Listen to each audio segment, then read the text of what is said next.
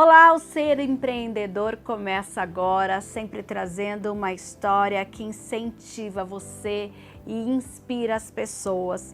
E hoje a gente vai contar a história do Jonathan Boylinson. Ele é um jovem empreendedor, tem uma história aí acadêmica e uma história toda de se reinventar nesse processo. E nada melhor do que conversar com ele para saber melhor. Jonathan, antes de você falar da sua história, conta para quem está em casa o que é o seu negócio. Legal. Bom, primeiro, obrigado, Mirna. Obrigado mesmo pelo convite, por estar aqui. É um privilégio, um prazer poder falar e contar, partilhar um pouco dessa história. Então, sobre quem é o Jonathan e o que eu faço, bom, basicamente a gente trabalha com a parte de consultoria empresarial estratégica, auxiliando empresas tanto na parte de aprendizado, sobre o que eles têm que aprender para fazer uma empresa funcionar, quanto também a questão de ser capaz de adaptar a empresa para poder lidar com fatores de mercado, fatores externos de contexto, assim como também questões de como aproveitar oportunidades de modo que essas empresas consigam se desenvolver e evoluir, né, de uma maneira que não seja também aquele negócio do dia para a noite, que a empresa cresce demais ou quebra, ou a empresa vive sempre naquele estado zumbi, né? Então a gente ajuda empresas e empresários a conseguirem ter esse desenvolvimento tanto profissional de carreira, como executivos, né, e o empresariado profissional, que a gente costuma dizer, assim como a empresa, a instituição, ela desenvolver e criar processos, sistemas, métodos, de modo que ela consiga ter esse crescimento perene aí e também alcance os objetivos e sonhos dos envolvidos na empreitada. Agora, Jonathan, me conta então quem é o empreendedor atrás desse negócio e como foi a sua trajetória para chegar até aqui. Eu comecei a empreender, eu tinha uns 12 anos de idade, devido a situações de família, né, saúde dos meus pais e tudo mais, eu comecei já desde cedo a colocar em prática o aprendizado que eu já tinha tido sobre computação, sobre informática.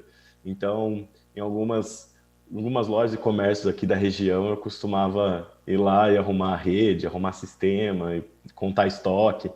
E daí nisso eu comecei a me enveredar bastante nessa linha de técnica em informática, tanto que eu prestei, né, o vestibulinho do Cotil e fiz 3 anos de informática lá, me formei como técnico em informática.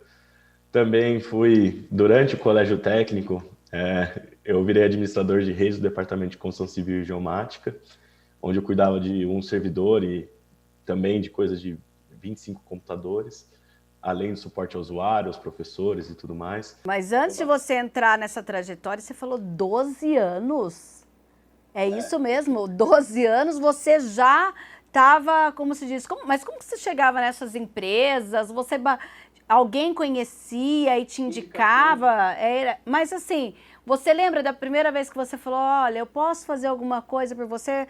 Não olharam para você e falaram, esse menino aqui não teve isso ou teve? Olha, o que teve bastante foi assim, eu ajudava muito os senhores, né, idosos na igreja, que meus pais frequentavam. E daí nisso acabava que um ia falando para o outro sobre o trabalho, entendia o que era feito e, cara, eu preciso ou alguém precisa e vamos lá, sabe? Então acabava indo bem na indicação mesmo. Não foi nada de tipo daquela venda do tipo, putz, eu vou procurar tal público para vender tal coisa. Foi muito natural, né? E questão de demanda mesmo, o pessoal precisar e tipo, como eu também sempre estive disposto a ir lá e fazer e que nem, né? Sábado e domingo para quê, né? A gente pegava final de semana às vezes e ficava final de semana inteiro dentro da loja, sabe? Das lojas que a gente ia atender e ficava lá passando cabo, montando roteador, hub. Era bem interessante assim, foi bem legal assim. E aconteceu assim, né? Eu acho que bastante a questão do conseguir ajudar alguém que precisa, eu acho que foi o fundamental, né? Que eu acho que é o que se mantém assim no empresariado e no empreendedorismo de modo geral, né? Sempre quando a gente fala de modo bem amplo, sobre empreendedorismo, as pessoas falam, a primeira coisa é procurar uma solução para um problema. E você já procurava desde a tenridade, então. Então, e é engraçado, porque assim, na época para mim foi bastante assim, natural no sentido que assim, eu sempre fui curioso com relação a essas questões, né? E daí nessa linha comecei, por exemplo, eu queria montar redes de computadores para jogar Counter-Strike com os meus amigos, sabe? E daí era aquele negócio, todo mundo carregava o computador para casa de alguém e daí ia lá e montava uma rede. Então a gente foi aprendendo nessa brincadeira, né? Jonathan, estudante, foi fazer a graduação. Me fala um pouquinho desse período. Sim, então, depois do colégio técnico eu fui para a Unicamp, passei em Ciência da Computação, modalidade de Sistemas de Informação, onde daí eu também, né, seguindo minha carreira, trabalhando, eu fui trabalhar na agência de inovação da Unicamp, na Inova, trabalhei como suporte ao usuário e desenvolvimento de sistemas, que daí também o desenvolvimento junto do lado acadêmico, o bacharelado foi outra dinâmica para mim, né, comparado com o ensino técnico, porque no ensino técnico a gente tinha uma visão muito mais prática, enquanto no bacharelado a gente tinha muito mais uma questão assim do tipo, entender técnica, teoria, né, aprender cálculo 1, 2, 3, sabe, essas coisas. E no final das contas foi muito complementar, assim, foi bem legal assim ter essa visão mais holística quanto à questão, mas ao mesmo tempo o desenvolvimento de carreira trabalhando durante a graduação foi a coisa que, assim, que eu sinto até hoje que mais me impulsionou, né, na capacidade de solução, né, porque em vez de fato ver problemas na prática, resolver problemas na prática, traz outra vivência, né? E dentro da agência de inovação do Unicamp foi onde a gente desenvolveu um sistema de gestão de licenciamento de patentes, o primeiro sistema de gestão de licenciamento de patentes da Unicamp, né? A Unicamp, que já era campeã assim, em patentes, se tornou campeã também na parte de licenciamento e até mesmo se tornou algo que passou a sustentar as contas da Unicamp, né? Até recentemente que a gente foi fazer um hackathon de transparência orçamentária, na hora que a gente foi levantar as contas do Unicamp, descobrimos justamente que o repasse do ICMS não paga nem a folha de pagamento, né, dos funcionários. Então, o que falta, né, o excedente ali para fechar as contas, vem justamente desse licenciamento de patentes. Ou seja, você deixou o seu legado lá na Unicamp, na agência de inovação. Sim, eu deixei uma marca lá e na verdade acaba sendo, eu costumo dizer que é mais sem glamour do que parece, né? Porque é realmente uma questão de encontrar problemas que são do dia a dia mesmo e ir resolvendo, sabe? Eu tinha muita vontade de sair, eu sempre fui muito cotado para a parte de administração de redes e suporte a usuários e eu queria muito ir para a parte de programação. Então, esses trabalhos acabaram sendo trabalhos que eu fazia além do trabalho que eu fazia no dia a dia. Então, me trouxe esse gabarito, né, essa oportunidade também, tanto de aprender quanto também de contribuir, né? Daí já foi para o empreendedorismo ou você ainda teve outros voos para chegar e falar, não, vou ter meu próprio negócio? Olha, a ideia nunca passou na minha cabeça essa ideia do tipo, pensar o negócio como algo, vou fazer algo meu. Era mais na ideia do tipo, construir algo que fosse, que tivesse sentido e significado para as pessoas, sabe? Eu via um exemplo, com suporte ao usuário, você vê muita dor, né? Um exemplo, né? Atendendo funcionários de mais de 60 anos que não conseguiam lembrar senha, ou que tinham dificuldade a entender e-mail. Imagina, antes você usava o Outlook Express, daí depois mudou para o Gmail. Então, eu via muito tanto essa vulnerabilidade quanto a insegurança das pessoas que não tinham a facilidade com tecnologia, por exemplo. Tal. Então, para mim, sempre foi bastante nessa linha. E o que acabou sendo, né, na sequência de voos aí, que depois que eu trabalhei na Inova, fui trabalhar em fábrica de software. Lá eu também sempre fui nessa vibe de fazer trabalhos extras, né, no horário do almoço e tal, e lá eu fiz uma plataforma de gestão de conhecimento para implantação da certificação de CMMI, que é aquele negócio, para a indústria de software, é o primeiro passo antes de começar a pensar em metodologia ágil, então um processo de qualidade assim que são bem brutais e que possibilitam, por exemplo, trabalho remoto. Então tem uma questão muito de trabalho de como gerenciar horas, como planejar horas, como conseguir medir o que está acontecendo e o que não está.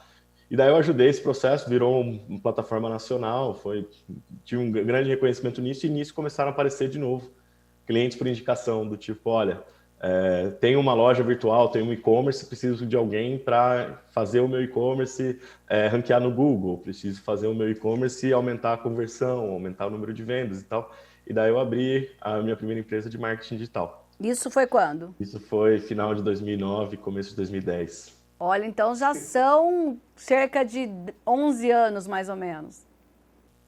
Na batalha aí. Justamente, 3 anos depois eu acabei quebrando, porque eu olhava muito a questão mais do tipo, se eu prestar um bom serviço e se eu me esforçar, vai dar certo. E não é bem assim, né? Não basta só prestar um bom serviço, não basta só ser esforçado, né? Hoje em dia eu vejo também que a questão de esforço é bastante relativa, né? Porque é mais importante você fazer um trabalho que foi bem pensado e que teve o tempo para ser desenvolvido, que foi feito com gestão financeira, por exemplo, que é um negócio fundamental e que muitas vezes é ignorado. Cara, isso muda tudo. Até mesmo, que nem você falou sobre a questão de ser dono de negócio, né? Uma das coisas que foi um aprendizado gigantesco para mim nesse sentido foi entender que ser dono de uma empresa não existe esse papel, sabe? Acaba que, se você é dono, você acaba tentando, centralizando tudo, tentando tomar todas as decisões, etc. E, na verdade, uma empresa é uma equipe, é um grupo de pessoas, é uma instituição por si só. Tanto que na administração se coloca como um princípio contábil da entidade, né? Que é, tipo, a empresa tem caráter e personalidade própria, ela não é uma pessoa, ela é uma entidade per si, né? Mas até esse momento eu estou conversando com o Jonathan, especialista, mas que não entendia muito de gestão. Como que você conseguiu virar isso depois dessa, como você falou, quebrei a empresa e falou, não, agora eu vou mudar para o meu novo negócio ser diferente? Então, como meus pais ainda precisavam muito da minha ajuda para se manterem e tal, eu voltei a trabalhar, daí eu fui trabalhar no Instituto de Pesquisa Eldorado, trabalhei no departamento de SC, né, com análise de bateria, e daí no departamento de análise de bateria, quando eu olhei o trabalho, eu vi que o trabalho era muito repetitivo, eu falei, nossa, cara, eu não vou fazer isso não, nunca, né? E daí até minha líder de projeto falou para mim assim, então, cara, já você tá demitido, pode ir embora. Daí eu falei, não, peraí que em uma semana eu faço um sistema. E daí eu automatizei a análise de bateria da Motorola, na época já do Google. E foi bem interessante, assim, foi bem legal, porque aí eu consegui começar a aplicar bastante a capacidade de análise de dados da área de computação, né? Porque antes eu estava muito na área da computação, que era mais a questão de marketing, comunicação, exposição de marca, tinha muito proximidade com questão de vendas, design e negociação, mais do que análise de dados per si. E nisso eu passei 2 anos lá até me formar, e quando eu me formei da Unicamp foi quando veio aquele momento, assim, do tipo... E agora? Tá valendo, né? Agora tem que fazer valer. E nisso eu estava já escrevendo um projeto de mestrado, que era aplicação de metodologias ágeis em administração de empresas, 2015 isso, né? Fui aprovado na Universidade Real da Suécia, mas não tive bolsa para poder fazer o curso, e realmente precisava de muito dinheiro para mim na época, né? E no final das contas, eu olhei para o meu projeto e, cara, falei, vou colocar isso daí em prática. Foi quando eu conversei com meu pai a respeito do meu projeto, meu pai se interessou, e meu pai que foi até os anos 2000, né, quando ele teve um AVC, que ele teve que sair da indústria, foi executivo financeiro de multinacionais. Então, ele referência na administração e gestão de empresas, né? Então, nisso a gente juntou conhecimentos, né, dessa área de trabalho remoto, software aberto, livre, comunidades, né, e tal, um negócio mais orgânico e horizontal, com a questão da administração, que é essa estrutura de organograma, estrutura hierárquica, tomada de decisão e tal. Então, foi uma integração bem interessante e que, para mim, foi muito enriquecedora nesse sentido de entender como uma empresa funciona, até mesmo assim, por eu ter vindo da área de sistemas, eu sempre tive uma paixão muito grande, ainda mais na parte de administração, de redes e tal, sempre tive uma paixão muito grande por sistemas operacionais. Então, me desenvolver muito com Linux, né? Eu aprendi a programar para kernel de Linux, um negócio extremamente específico, mas eu sempre achei muito bonito como um computador consegue gerenciar tudo que ele faz. E daí eu sempre tive essa ideia do tipo, e se eu criasse um sistema operacional de administração de empresas que fosse mínimo, né? O que uma empresa tem que fazer no mínimo de sua administração para que ela funcione? Porque eu vejo que assim, o sistema operacional, no fundo, no final do que ele realmente significa, ele quer trazer para a pessoa uma plataforma para ela poder realizar projetos, ações, etc., usando a criatividade dela, né? E eu sempre olhei, assim, quando eu comecei a olhar para a empresa, eu sempre pensei em empresa nesse sentido. Se eu sonho com um projeto e consigo colocar ele dentro de um determinado sistema que funcione ali minimamente bem, eu consigo realizar esse projeto. E foi isso que nasceu daí a Administração Ágil, até que a gente lançou um livro agora em 2020 falando a respeito, né? Olha, então já tem livro, um negócio que atende hoje. Então, hoje você pode dizer que você atende quantas empresas em média? Olha, hoje a gente tem aí umas 15 empresas, a gente mantém nessa base. Além disso, mas na nossa história a gente já chegou na conta de mais de 50 empresas que a gente já atendeu esses 5 anos, né? No início você investiu quanto? Ou não precisou? Você já tinha o computador, era só colocar aquele... Ou então, não, olha, eu tenho que investir. Não, a gente teve que investir sim. A gente investiu coisa de 10 mil reais, que foi o meu FGTS, assim. E esse investimento já retornou com certeza. Já retornou. E foi uma ideia bem na linha do tipo, né, eu pensando com meus botões sobre questão de contas e tal. Tipo, depois que eu fiz essa transição, foi assim, agora eu tenho 3 meses para conseguir né, começar a vender e tudo mais, né? Então foi bem um processo bem interessante, né? Até mesmo de ter vivido a experiência junto com o meu velho, né? Porque como ele trazia já a visão de indústria e tudo mais, e como que era um planejamento, ele me ensinou como que funciona o planejamento financeiro, questão de gestão financeira e tudo mais, e essa ideia de planejamento financeiro de viabilidade mesmo, do tipo, olha, o que precisamos fazer para os próximos 3 meses para não quebrar, né? Então, foi bem a brincadeira ali, foi muito instrutivo, me desenvolveu muito, e é hoje o que a gente transmite para os nossos clientes, né? Jonathan, hoje, nosso tempo está acabando. Eu sei que você tem uma história e um monte de informação aqui, mas não vai dar tudo num programa só, viu, gente? Olha, Jonathan, hoje, a gente pode dizer hoje em que patamar você está na sua empresa? Você pode dizer que é uma situação confortável, você pretende crescer, você pretende manter, você pretende ter um outro negócio, você acabou de falar de um livro, me fala um pouquinho. A ideia é basicamente a seguinte, né? Na verdade, são algumas ideias. Primeira questão da empresa, o ficar confortável, na verdade, são geralmente períodos, ou ciclos, ou momentos, né? Porque uma empresa que não cresce quebra, então a gente tem que estar sempre nessa linha, pensando em crescer, e não só pela questão financeira da coisa, mas sim pelo propósito do negócio, pela responsabilidade social, aquela ideia de tipo, você não consegue cumprir sua missão se você se mantém ainda sem conseguir ter a estrutura, as ferramentas, né, e também fora recursos, mas principalmente pessoas e equipe para poder fazer isso se desenvolver. Então a gente, com relação ao conforto, a gente passou aí alguns períodos em conforto, só que sempre de novo essa questão do crescer é realmente ir além do limite, né? Virar e falar, pronto, chegamos até aqui, criamos isso daqui, legal. Só que qual que é o próximo passo? Você tem que estar sempre incomodado nesse sentido, né? E daí que nem dos próximos passos. O sonho de toda empresa tem que ser que a empresa ande e exista sozinha sem que os fundadores estejam presentes. Então, pode parecer um contrassenso isso, né? Mas se você pensa do ponto de vista de administração de negócios mesmo, e aquele negócio da entidade que eu falei, a empresa tem que andar sozinha, tem que conseguir ter os controles suficientes para que isso aconteça de maneira acertada, né? Ou seja, sistemas de novo. E nessa linha, para daí você poder depois abrir outras empresas. Eu tenho algumas ideias para outras empresas, etc., mas o momento não é o agora, né? São coisas e projetos para depois, porque o desafio e o momento do agora é literalmente esse, de conseguir fazer a empresa construir sua própria estrutura e conseguir se desenvolver tranquilamente, sem depender que eu esteja diretamente dentro dela, né? Tá certo, Jonathan. Infelizmente, nosso tempo acabou, mas já fica o convite aqui. Quando você já tiver a sua segunda empresa, quando você tiver mais experiências para contar para nós, venha ao nosso programa, você é nosso convidado, tá bom? É isso, muito obrigado. Obrigado mesmo pelo convite. Sempre que quiser, estou à disposição, por que for, até mesmo como contar causos, né? A gente tem muitos causos de vida de consultoria, né?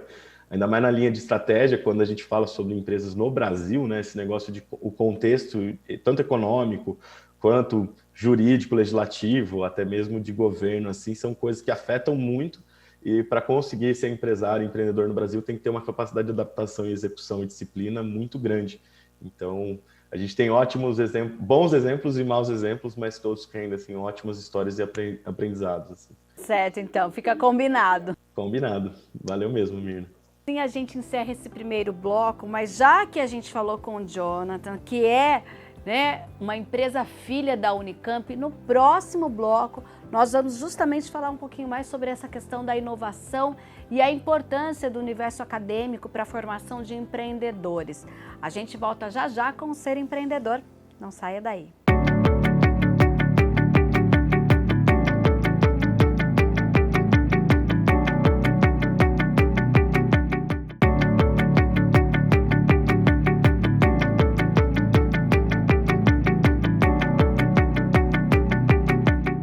Segundo bloco do Ser Empreendedor, e olha só, um mapeamento de 2020 realizado pela Agência de Inovação da Unicamp registrou mais de 1.000 empresas filhas, como são conhecidos os empreendimentos em que os fundadores têm ou tiveram algum vínculo com a universidade, em sua maioria por alunos ou ex-alunos da Unicamp. Ao todo foram cadastradas na base da agência 1.038 empresas filhas, estando 929 delas ativas e que no último ano faturaram juntas 8 bilhões de reais e geraram 33.315 empregos, inclusive uma delas é o Jonathan, que a gente conversou no bloco anterior. E para falar um pouco mais desse universo, nosso convidado agora é o diretor executivo da Inova Unicamp, o professor Newton Frateschi. Bem-vindo novamente, professor. E, primeiramente, eu queria que o senhor falasse desse orgulho, né, da gente pensar numa universidade que gerou tantos filhos e promoveu tanto aí a economia do nosso país e principalmente aqui na nossa região e aí em Campinas. Bom, primeiro, obrigado pelo convite. Prazer estar aqui com você e seus ouvintes.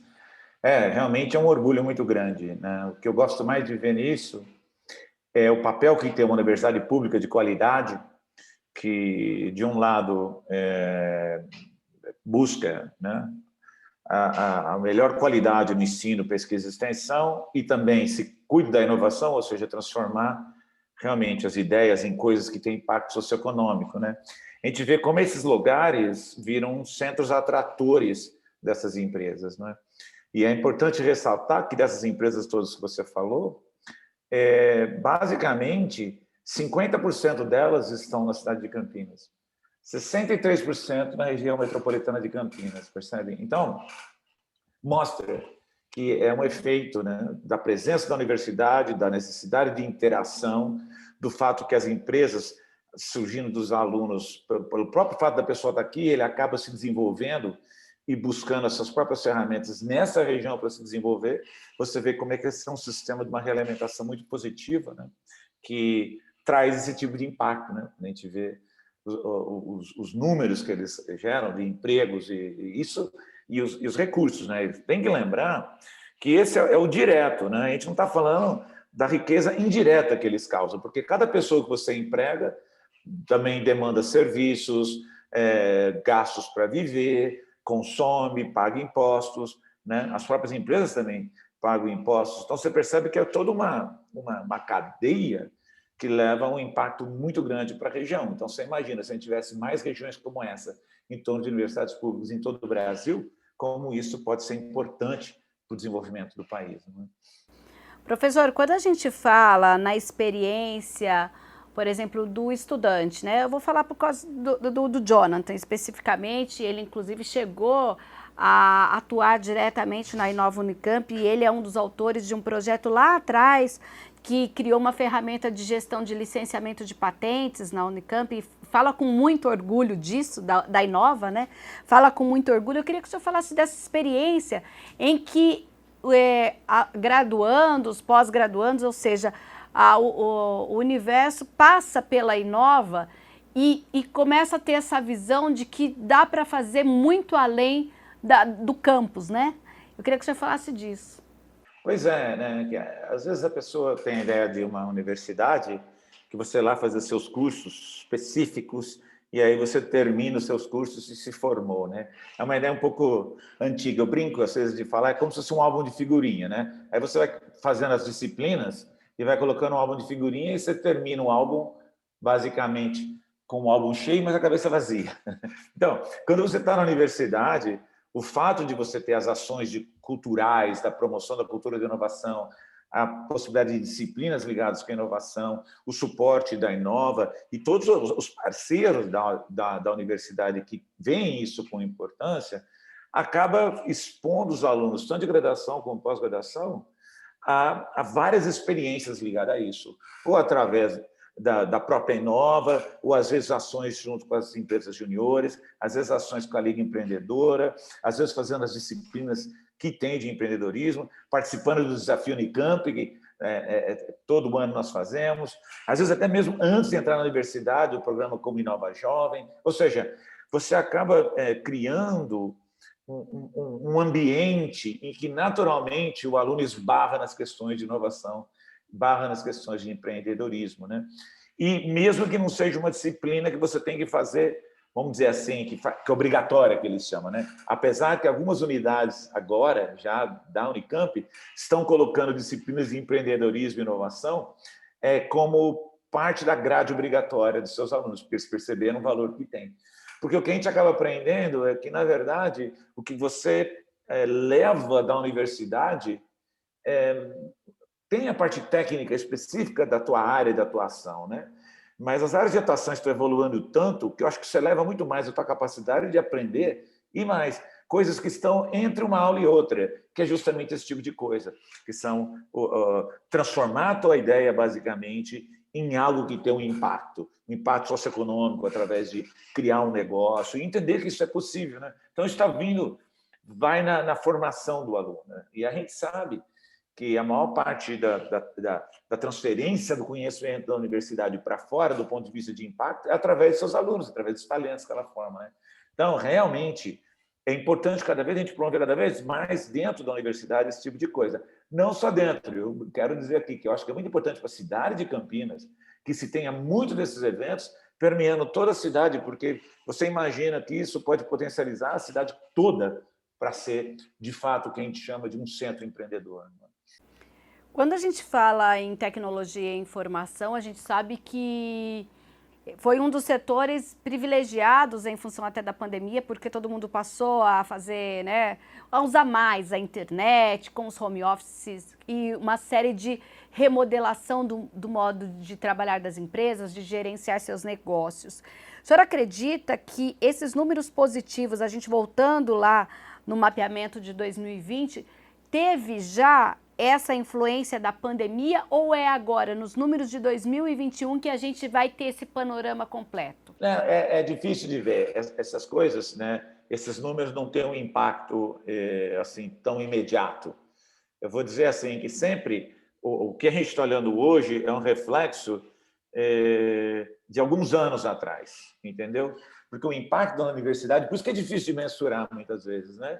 O impacto da universidade ele não acontece dentro da própria universidade, ele acontece fora, porque essas pessoas saem e vão fazer fora. Então, esse contato não é claro porque ele fisicamente é separado, né? Além disso, ele não é no mesmo tempo, né? Claro que no caso da Covid, muita gente, por causa da pandemia, muita gente teve que apresentar soluções. Isso saiu. A gente fez levantamentos, a gente fez, inclusive, chamadas. Muitas empresas filhas propuseram soluções, entendeu?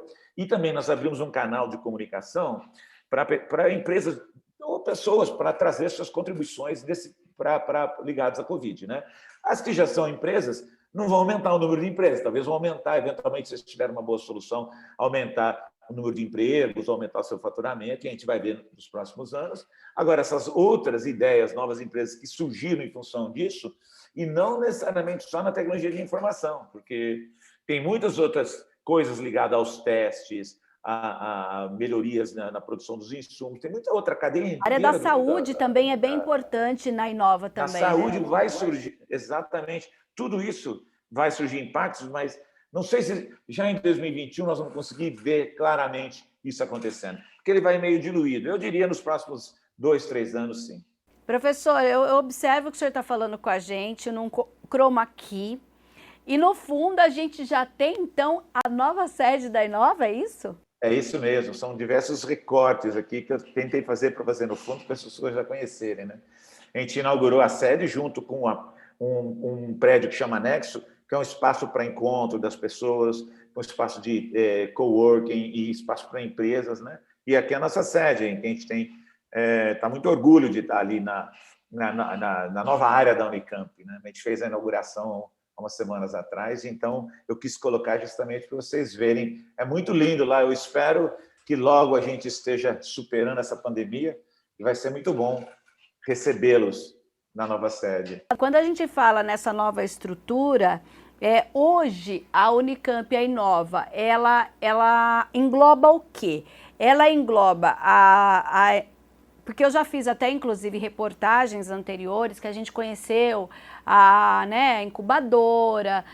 O que hoje é esse organograma de trabalho que envolve empreendedorismo? Bom, a Inova, que já foi criada em 2003, né, inclusive antes do próprio Marco Legal, uma das grandes contribuições da Inova, desde a sua criação, é que ela tem todos os elementos juntos e interativos necessários para a inovação. Quais sejam? As questões de entender como é que você pode proteger um conhecimento, proteger uma ideia, que é toda a área de propriedade intelectual, que formas que você faz isso, então você tem que ser capacitado nisso. Segundo, todas as áreas de parcerias, tanto parcerias para empresas que queiram, e aí eu digo empresas públicas ou privadas, por razões sociais ou razões realmente econômicas, financeiras, de associar com essas tecnologias e realmente criar produtos e serviços. As parcerias também de pesquisa e desenvolvimento, que as empresas querem fazer e fazem uma parceria junto com a universidade para alavancar melhor a fronteira do conhecimento dentro das empresas. Um terceiro eixo, que é o eixo de empreendedorismo e de incubadora, que é, para o caso, aquelas pequenas empresas que podem surgir tanto dentro da universidade quanto fora, como você pode ajudá-las a realmente decolar, né? E também empresas que querem estar dentro da universidade para interagir com pesquisadores, para interagir com outras empresas, ou para, eventualmente, recrutar alunos para ficar no nosso parque científico-tecnológico. E um quarto eixo é um eixo que permeia tudo, né? Que é um eixo de relações institucionais e comunicação e marketing, que não adianta você ser uma grande pérola e estar no fundo do mar. Além do que, você tem que ter uma atividade muito forte bilíngue, a gente fala, né? Que é uma atividade de conversa entre a academia e o mundo fora da academia. Então, são esses 4 eixos que estão dentro do organograma da Inova. Outra vez, propriedade intelectual, parcerias, empreendedorismo, relações institucionais e comunicações. A Unicamp, também, Inova em particular, tem sido aí uma das... tem conseguido romper vários números no que diz também respeito às patentes, não é mesmo? Sim, é verdade. Bom, só concluindo lá do organograma, obviamente, essas são as atividades fim, mas a gente precisa ter toda a parte de suporte jurídica, suporte de tecnologia de informação, suporte administrativo, tá? Só para falar o organograma como um todo. Sim, é verdade, questão de patente, por quê? Os primeiros NITs, conforme eles foram surgindo, e a Inova é o primeiro NIT do Brasil, o Núcleo de Inovação Tecnológica, lá em 2003, se capacitou com isso e com o convencimento da comunidade acadêmica, começou a aparecer muitos que a gente chama de comunicações de invenção. O professor ou o pesquisador comunicava e se transformava em patente. Então, os mais capacitados no começo fizeram muitos depósitos de patente. Então, por muitos anos, a Unicamp esteve no primeiro lugar entre os depositantes de patente, né? E deu bastante importância para a Unicamp mostrar que a gente é capacitado nisso. Mas mais importante do que isso, hoje está sendo, e não ter um armário cheio de patente ou ficar saindo com o estandarte. Olha, nós temos muitas patentes, nós temos muita patente. A gente quer transformar em negócio. Então, hoje nós estamos fazendo uma avaliação muito melhor, muito mais aprofundada, para que as patentes sejam sólidas, que gerem negócio, gerem emprego, gerem novos produtos e gerem desenvolvimento. Não sei se ficou claro o que eu quero dizer. Ou seja, patente é importante, mas ela é um meio, não é um fim. Então, hoje, nós não estamos mais na briga de ser os primeiros patenteadores do Brasil, mas nós queremos ser aqueles que têm mais empresas criadas, aqueles que têm mais negócios transferidos, aqueles que têm mais empresas filhas, é muito mais amplo do que simplesmente as patentes, entendeu? Entendi. Professor, eu agradeço a sua participação e a gente espera aí que com essa explicação, as pessoas, o mundo acadêmico, o senhor inclusive falou que dessa transformação também do mundo acadêmico, inclusive com a disciplina de empreendedorismo e muitos dos cursos, eu acho que é o futuro. Eu concordo com você, é o futuro mesmo. E a formação dos alunos, muito em breve, eles vão ser quase que seus próprios empreendedores da vida. E muitas vezes, quando a gente fala de empreendedorismo, às vezes mesmo que a pessoa não vai ser um empresário, mas a própria forma de você viver proativamente na sua vida ou nos seus projetos, se você for um empreendedor, você realmente vai captar as parcerias que você precisa para você se desenvolver. Então, essa formação é boa, de uma forma super geral, para todos os alunos e talentos que saem da universidade, tá? Na minha opinião. Professor, eu agradeço a sua participação e até uma próxima oportunidade. Muito obrigado pela oportunidade, tá? Uma boa tarde para vocês e seus ouvintes, tá bom? Boa tarde. E assim a gente termina o Ser Empreendedor de hoje, trazendo aí bastante inspiração para você que está nos assistindo. Até um próximo programa.